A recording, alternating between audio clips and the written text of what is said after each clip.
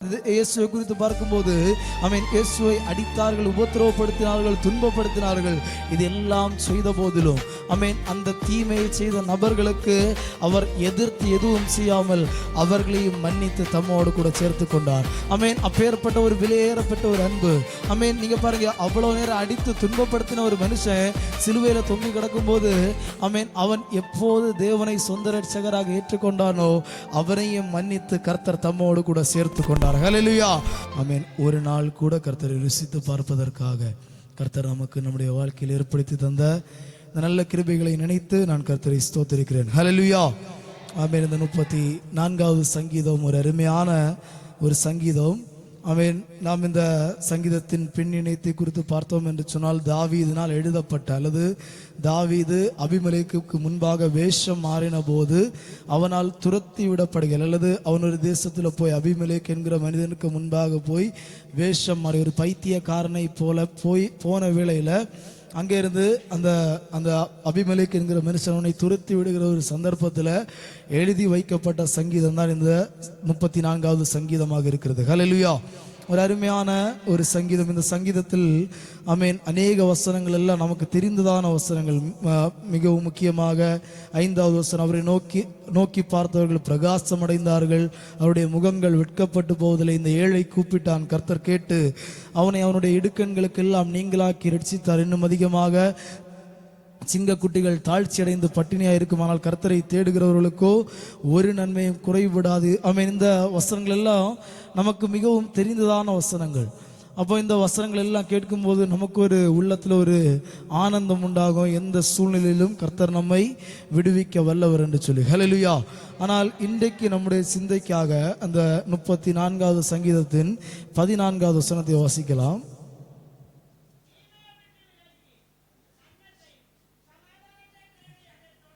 வசனம் சொல்லுகிறது, தீமையை விட்டு விலகி நன்மை செய், சமாதானத்தை தேடி அதை தொடர்ந்து கொள் என்று சொல்லி. ஹல்லேலூயா.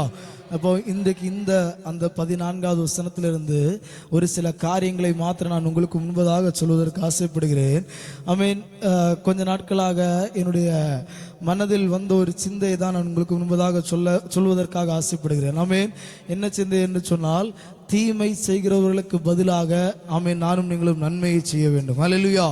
அப்போ இன்றைக்கு நாம் எல்லாருமே அல்லது ஒரு மனிதனுடைய இயல்பான குணம் என்று என்னவென்று சொன்னால், தீமை செய்கிறவனுக்கு நாம் உடனடியாக தீமையை செய்வோம்.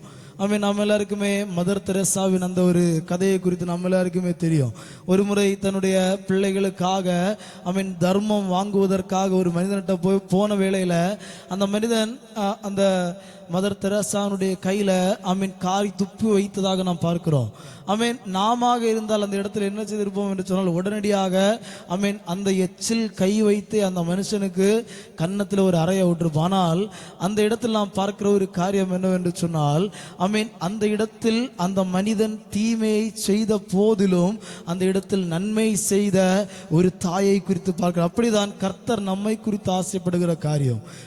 நானும் நீங்களும் நன்மை செய்கிறவர்களாக மாற வேண்டும். இன்றைக்கு அநேகர் நன்மை செய்கிறது எப்படி என்று சொன்னால், தனக்கு ஒரு பெயர் கிடைக்க வேண்டும் என்பதற்காக. அல்லது வாசிக்கலாம், ஒரு வசனத்தை வாசிக்கலாம். நன்மை செய்வதற்கு ஏதுவான ஒரு வசனம், மத்தேயு 5வது அதிகாரம் அதன் 6வது வசனம், 6வது அதிகாரம் 2வது வசனத்தை வாசிக்கலாம். 6வது அதிகாரம் 2வது வசனம்.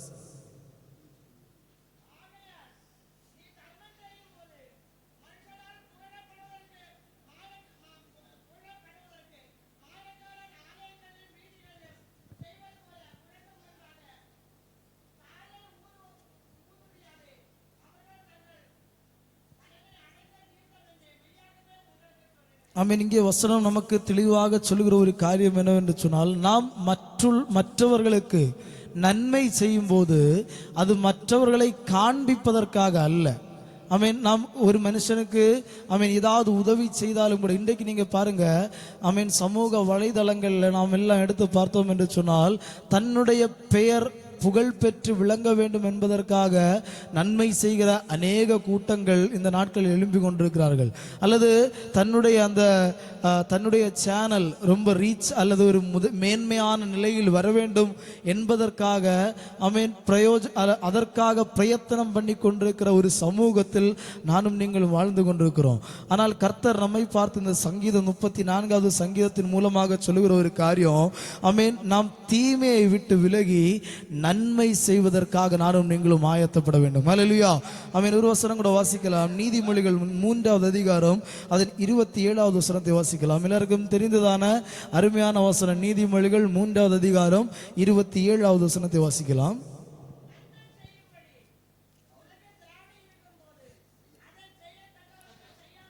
வசனம் சொல்லுகிறது, நன்மை செய்வதற்கு நமக்கு திராணி இருக்கும்போது அதை செய்ய தகுந்தவர்களுக்கு செய்யாமல் இருக்கவே கூடாது. ஹல்லேலூயா.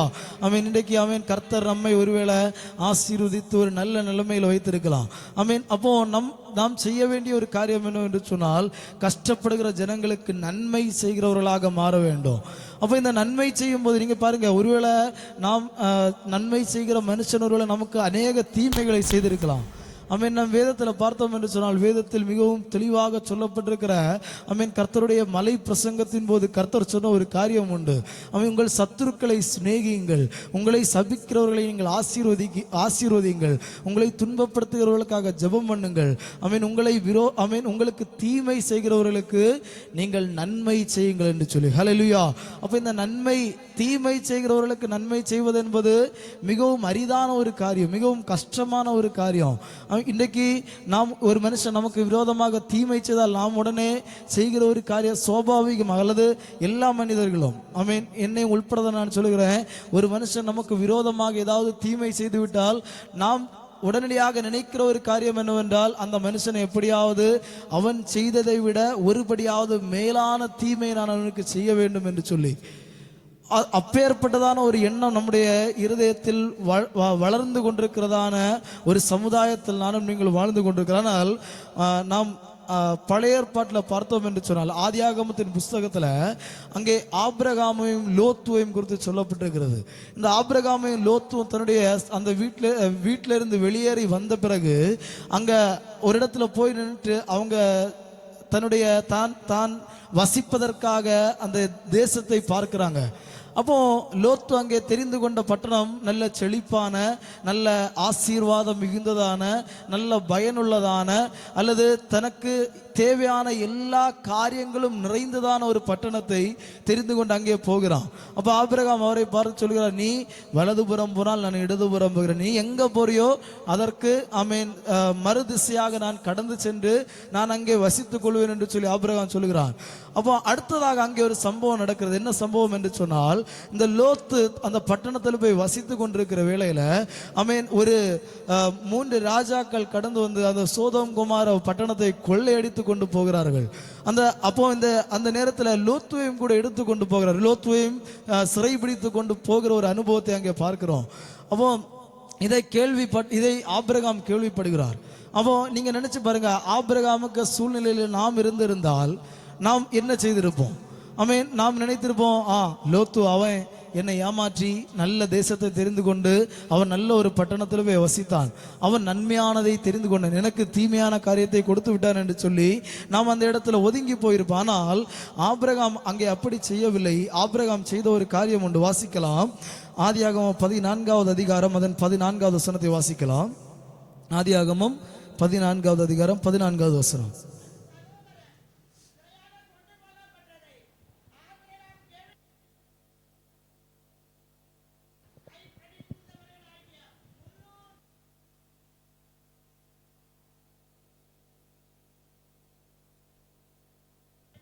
நம்ம இங்க நான் பார்க்கிறோம், லோத்து சிறைப்பட்டு போனதை கேள்விப்பட்ட உடனே ஆபிரகாம் தன்னுடைய வீட்டில் இருந்த 318 ஆட்களை தெரிந்து கொண்டு அந்த ராஜாவை பின்தொடர்ந்து அங்கே லோத்துவை மீட்டு கொண்டு வருகிறதாக பார்க்கிறோம். ஹல்லேலூயா. இதுதான் நாம் பார்க்கிற ஒரு காரியம் என்னவென்று சொன்னால், தீமை செய்கிறவர்களுக்கு நானும் நீங்களும் நன்மை செய்ய வேண்டும். இன்னும் அதிகமாக யோசேப்பை பாருங்க. யோசேப்பினுடைய சகோதரர்கள் எல்லாம் அவனுக்கு விரோதமாக தீமை செய்தவர்கள். யோசேப்பை எப்படியாவது கொல்ல வேண்டும் என்று சொல்லி பிரயத்தனம் பண்ணி யோசேப்பை குழியில தூக்கி போட்டவங்க, யோசேப்பினுடைய சொப்பனம் நடக்கக்கூடாது என்று சொல்லி, யோசேப்பினுடைய வாக்கு தத்தத்தை அவன் சுதந்திரிக்க கூடாது என்று சொல்லி அவனுக்கு விரோதமாக எழும்பினவர்கள். ஆனால் அவன் எப்போது ராஜாவாக வைக்கப்பட்டானோ, அவன் அந்த தேசத்தில் ராஜாவாக இருந்தபோது தன்னுடைய சகோதரர்கள் அவனை பார்ப்பதற்காக அல்ல, தானியம் கொள்ளும்படியாக அந்த இடத்துல வருகிறாங்க. நம்மளா இருந்த உடனே பண்ணிருப்போம், இவன் என்னுடைய சகோதரங்க ஒரு காலத்தில் எனக்கு தீமையை செய்தாங்க, இவங்களை இனி விடக்கூடாது, இவங்களை எப்படியாவது ஏதாவது ஒரு காரியம் பண்ணி உன்னை சிறையில் தூக்கி போடணும், இல்லைன்னா இவங்களை கொன்று போட வேண்டும் என்று சொல்லி ஒரு எண்ணம் நமக்கு வந்திருக்கும். ஆனால் அங்கே யோசேப்பு செய்த காரியம் அது அல்ல. யோசேப்பு தன்னுடைய சகோதரர்களை மன்னித்து அவர்களை தன்னோடு கூட சேர்த்து கொண்டார். ஹல்லேலூயா. இன்னும் அதிகமாக பாருங்க, இயேசுவை குறித்து பார்க்கும்போது இயேசுவை அடித்தார்கள், உபத்திரவப்படுத்தினார்கள், துன்பப்படுத்தினார்கள். இதெல்லாம் செய்த போதிலும் அந்த தீமையை செய்த நபர்களுக்கு அவர் எதிர்த்து எதுவும் செய்யாமல் அவர்களையும் மன்னித்து தம்மோடு கூட சேர்த்து கொண்டார். அப்பேற்பட்ட ஒரு விலையேறப்பட்ட ஒரு அன்பு. நீங்க பாருங்க, அவ்வளவு நேரம் அடித்து துன்பப்படுத்தின ஒரு மனுஷன் சிலுவையில தொங்கி கிடக்கும் போது அவன் எப்போது தேவனை சொந்த ரட்சகராக ஏற்றுக்கொண்டானோ அவரையும் மன்னித்து கர்த்தர் தம்மோடு கூட சேர்த்து கொண்டார். ஹல்லேலூயா. அப்போ இந்த தீமையை நன்மையினால் ஜெயிக்க வேண்டும் என்று சொன்னால் அது எப்படி சம்பவிக்கும் என்று சொன்னால் வாசிக்கலாம். 1 கொரிந்தியர் 13வது அதிகாரம் அதன் 3வது வசனத்தை வாசிக்கலாம்.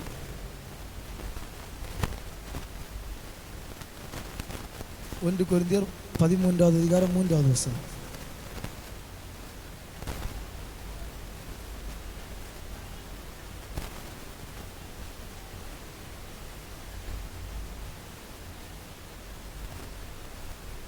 இங்கே வசனம் சொல்லுகிறது, ஒருவேளை நாம் சிலரெல்லாம் நன்மை செய்வதற்கு நல்ல முன்னாக நிற்பாங்க, அல்லது ஒரு மனுஷனுக்கு உதவி செய்வதற்கு நல்ல முன்பந்தியில் நின்று நல்ல உதவி பண்ணுவாங்க. ஆனால் இந்த உதவி பண்ணும்போது கூட வசனம் சொல்லுகிறது, நாம் செய்கிற அந்த காரியத்தில் அன்பு இல்லை என்று சொன்னால் அது எந்த ஒரு பிரயோஜனமும் இல்லை. ஹல்லேலூயா. அப்போ நாம் என்ன காரியங்கள் செய்தாலும் அன்போடு கூட செய்கிறவர்களாக, நம் ஒருவேளை நம்மளால் ஒருவேளை பணம் கொடுத்து உதவ முடியவில்லை என்று சொன்னாலும், ஒருவேளை நான் அதற்காக இன்றைக்கு நீங்கள் ஒருவேளை நினைக்கலாம், அடுத்தவங்களுக்கு உதவி பண்ணணும், அடுத்தவங்களுக்கு நன்மை செய்ய வேண்டும் என்று சொல்லி நாம் கடன் வாங்கி உதவி பண்ணுவதற்காக அல்ல. ஒருவேளை கர்த்தர் நம்மை ஆசீர்வதித்து ஒரு நல்ல நிலைமையில் வைத்திருந்தால், அல்லது தேவன் நம்மை நல்ல வண்ணமாக வைத்திருந்தால் மற்றவர்களுக்கு உதவி செய்வதற்கு நானும் நீங்களும் ஒருபோதும் மறந்து போய்விடக்கூடாது. ஹல்லேலூயா. அப்போ நாம் அது கூட செய்யும் போது கூட நம்முடைய வாழ்க்கையில் ஒரு அன்பு வர வேண்டும். நாம் அதை செய்யும் போது நம்முடைய இருதயத்தில் ஒரு அன்பு வர வேண்டும். மற்றவர்களுக்கு நாம் உதவி பண்ணும்போது அன்போடு கூட பண்ணுகிறவர்களாக நானும் நீங்களும் காணப்பட வேண்டும். காரணம் என்னவென்று சொன்னால், அன்பு சகலத்தையும் சகிக்கிறது இருக்கிறது. அன்பு ஒருவனுக்கு விரோதமாக தீங்கு நினையாது. எனக்கு அன்பு தேவனுடைய பிள்ளைகளே, இன்றைக்கு ஒரு மனுஷன் நமக்கு தீங்கு செய்கிறான் என்று சொன்னால், அவனுக்கு விரோதமாக நானும் நீங்களும் தீங்கு நினைக்கிறோம் என்று சொன்னால், அதனுடைய அர்த்தம் கிறிஸ்துவின் அன்பு இன்னும் நம்முடைய உள்ளத்தில் வரவில்லை. ஹல்லேலூயா. கிறிஸ்துவின் அன்பு உள்ளவன் வசனம் சொல்கிறதை போல அவன் ஒருபோதும் மற்றவனுக்கு விரோதமாக தீங்கு ஒருபோதும் நினைக்க மாட்டான். ஹல்லேலூயா. ஒரு வசனம் கூட வாசிக்கலாம், கடைசியாக ஒரு வசனம், ரோமர் 7வது அதிகாரம் 19வது வசனத்தை வாசிக்கலாம். ரோமர் 7வது அதிகாரம் 19வது வசனம்.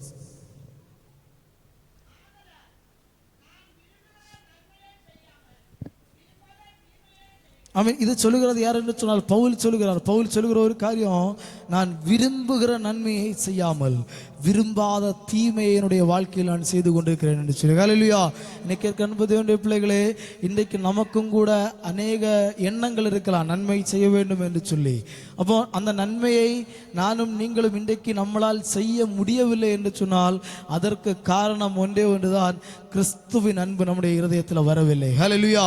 அப்போ அந்த கிறிஸ்துவின் அன்பை நானும் நீங்களும் பெற்றுக்கொண்டு தீமைக்கு பதில் தீமையாக அல்ல, நன்மைக்கு பதில் நன்மையை செய்கிறதை போல தீமைக்கு பதில் நன்மை செய்கிறவர்களாக நானும் நீங்களும் மாற்றப்பட வேண்டும். நம்முடைய சுபாவங்களுக்கு ஒரு மாற்றங்கள் சம்பவிக்க வேண்டும்.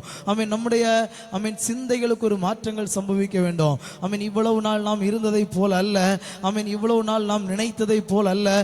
வசனம் சொல்லுகிறது, யார் கர்த்தருடைய பர்வதத்தில் ஏறுவார், யார் அவருடைய பரிசுத்த பர்வதத்தில் நிலைத்திருப்பார் என்று சொன்னால், சங்கீதம் 15வது சங்கீதம் அதன் 3வது வசனம் சொல்லுகிறது, ஆமென், அவன் தன் நாவினால் புறம் கூறாமலும் தன் தோழனுக்கு தீங்கு செய்யாமலும் இருக்கிறவன். அப்போ ஆமென், நம்முடைய இருதயத்தில் தீமை செய்வதற்கான எண்ணம் வருகிறது என்று சொன்னால், இன்னைக்கு அன்பது வேண்டிய பிள்ளைகள், இன்றைக்கு அநேகருடைய சிந்தை என்னவென்று சொன்னால், ஒரு மனுஷன் நமக்கு விரோதமாக ஏதாவது தீமை செய்து விட்டால் அவன் என்னதான் பண்ணாலும் நான் அவனை மன்னிக்க மாட்டேன். அதற்கு காரணம் ஒன்றுதான், நம்முடைய இருதயத்தில் கிறிஸ்துவின் அன்பு இன்னும் வரவில்லை. ஹல்லேலூயா. அப்ப கிறிஸ்துவின் அன்பை பெற்றுக்கொண்ட ஜனம் மற்றவனுக்கு விரோதமாக தீமை செய்வதற்காக அல்ல, தீமை செய்வதவனுக்கு விரோதமாக நன்மை செய்வதற்காக முன் வர வேண்டும். ஹல்லேலூயா. அதான் வாசித்த சங்கீதம் சொல்லுகிறது, 34வது சங்கீதம் அதன் வாசித்த வசனம், தீமையை விட்டு விலகி நன்மையை செய், சமாதானத்தை தேடி நீ அதை தொடர்ந்து கொள். கர்த்தருடைய கண்கள் நீதிமான்கள் மேல் நோக்கமாயிருக்கிறது, அவருடைய செவிகள் அவருடைய கூப்பிடுதலுக்கு திறந்திருக்கிறது என்று சொல்லி. ஹல்லேலூயா. அப்ப இந்த தீமையான காரியங்கள் இன்றைக்கு நம்முடைய இருதயத்திலோ நம்முடைய குடும்ப வாழ்க்கையில, ஒருவேளை நீங்க பாருங்க, சில சகோதரர்கள் இருப்பாங்க, 2 சகோதரர்கள் ஒரு குடும்பத்தில் இருக்கிறார்கள் என்று சொன்னால், அந்த அவங்களுக்கு உரியதான அந்த வஸ்துவை பிரித்து கொடுக்கும் போது, ஒருவேளை மூத்த சகோதரனுக்கு முன்பதாக உள்ள இடத்தை கொடுத்து இளைய சகோதரனுக்கு பின்பதாக உள்ள இடத்தை கொடுத்தால் அந்த இளைய சகோதரன் ஒருவேளை அந்த மூத்த சகோதரனை பார்த்து முறுமுறுப்பார். கொஞ்ச நாள் கழித்து ஏதாவது ஒரு ரோடு வருகிறது அல்லது ஒரு சாலை வருகிறது என்று சொன்னால், கவர்மெண்ட் ஒருவேளை அந்த மூத்த சகோதரனுடைய இடத்தை அபகரித்து கொண்டு போய்விட்டால் உடனே இளைய சகோதரன் சொல்லுவான், அவன் எனக்கு புறம்பான ஒரு ஸ்தலத்தை கொடுத்து விட்டு நல்ல பகுதி அவன் தெரிந்து கொண்டான், அதனால தான் அவனுக்கு இப்படி நடந்தது என்று சொல்லி. இன்னைக்கு கேட்கிற பிள்ளைகளே, அப்பேற்பட்ட ஒரு இருதயம் உள்ளவர்களாக அல்ல, தீமைக்கு பதிலாக நன்மை செய்கிற ஒரு மனப்போக்கு நம்முடைய இருதயத்தில் வர வேண்டும். ஹல்லேலூயா. அப்படி இருக்கும்போது வசனம் சொல்லுகிறதை போல, நீதிமான்கள் கூப்பிடும் போது அந்த கூப்பிடுதலை கேட்பதற்காக கர்த்தருடைய செவி திறந்து இருக்கிறதாக இருக்கிறது. ஹல்லேலூயா. அவர் நொறுங்குண்ட இருதயம் உள்ளவர்களுக்கு அவர் தேற்றுகிறவராக இருக்கிறார். நறுங்குண்ட இருதயம் உள்ளவர்களை அவர் ஆற்றுகிறவராக இருக்கிறார். கர்த்தர் நிச்சயமாக நம் ஒவ்வொருவரை பலப்படுத்துவார். கர்த்தருடைய சமூகத்திற்கு முன்பதாக நன்மையை செய்து கொண்டு காணப்படுவோம். கர்த்தர் ஒவ்வொருவரையும் பலப்படுத்துவாராக. ஆமென்.